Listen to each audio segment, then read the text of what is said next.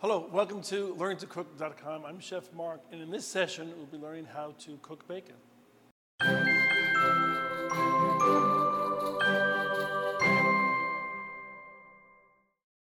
And now we'll pan up our bacon using cookie sheet. I like to use parchment paper. It prevents the bacon from sticking. Also, you can easily lift it off, and sometimes it disperses, or many times, it disperses lots of the grease. So we have some bacon.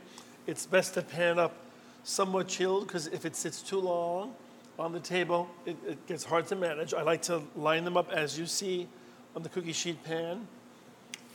And when you're buying bacon, you'll find that if it's not frozen, that's better. You also can buy the slab bacon.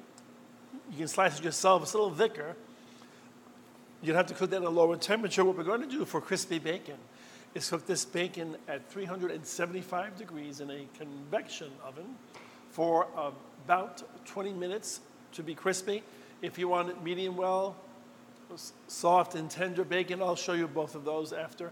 You want to cook it in a 375 degree oven for about 15 minutes. I'll show you the difference.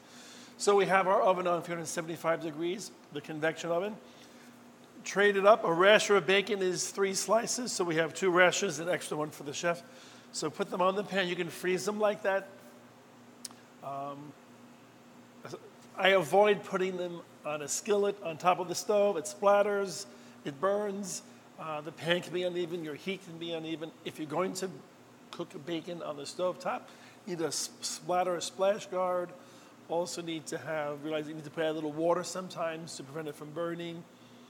I prefer bacon in the oven. It's out of the way, and I can use the stovetop for pancakes and scrambled eggs and what have you. So in the oven it goes. All right, we just took our bacon that was in the oven, 20 minutes at 375 degrees. You can see it's still hot because it has some of that from the moisture from the, I guess, baked now or cooked bacon, roasted, what have you. I'm going to lift them out of the grease. You can see all that would burn on the pan should you cook it in a pan. So as I said earlier, you don't want to cook bacon in a skillet. And a lot of people like to, but this we then throw out. Isn't that great?